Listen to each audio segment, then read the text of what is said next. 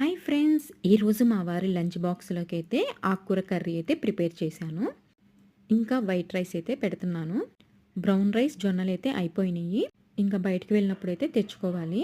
ఇంకా ఈ 1 వీక్ నుంచి అయితే వైట్ రైసే పెట్టేసేస్తున్నాను. మార్నింగ్ అయితే ఈ లంచ్ బాక్సులతోనే హడావుడైపోతుంది.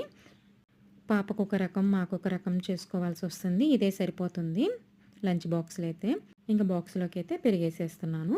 అంతకుముందైతే మజ్జిగ చేసి పెట్టేసేదాన్ని. కానీ ఈ మధ్య అయితే పెరిగేసేస్తున్నాను. కానీ మజ్జిగైతే చాలా మంచిది కదా! ఇంకా మజ్జిగ చేయాలండి. ఇంక ఈవినింగ్ స్నాక్స్‌గా స్ప్రౌట్స్ అయితే పెట్టేసేస్తున్నాను. పల్లీలు, శనగలు, పెసలైతే నానపెట్టేసేసుకుంటాము. ఇంక నానబెట్టేసుకొని ఈవినింగ్ 5:00కి అయితే తినటానికి బావుంటది కదా! అని చెప్పేసేసి ఈ విధంగా అయితే బాక్స్‌లో అయితే పెట్టేస్తాను.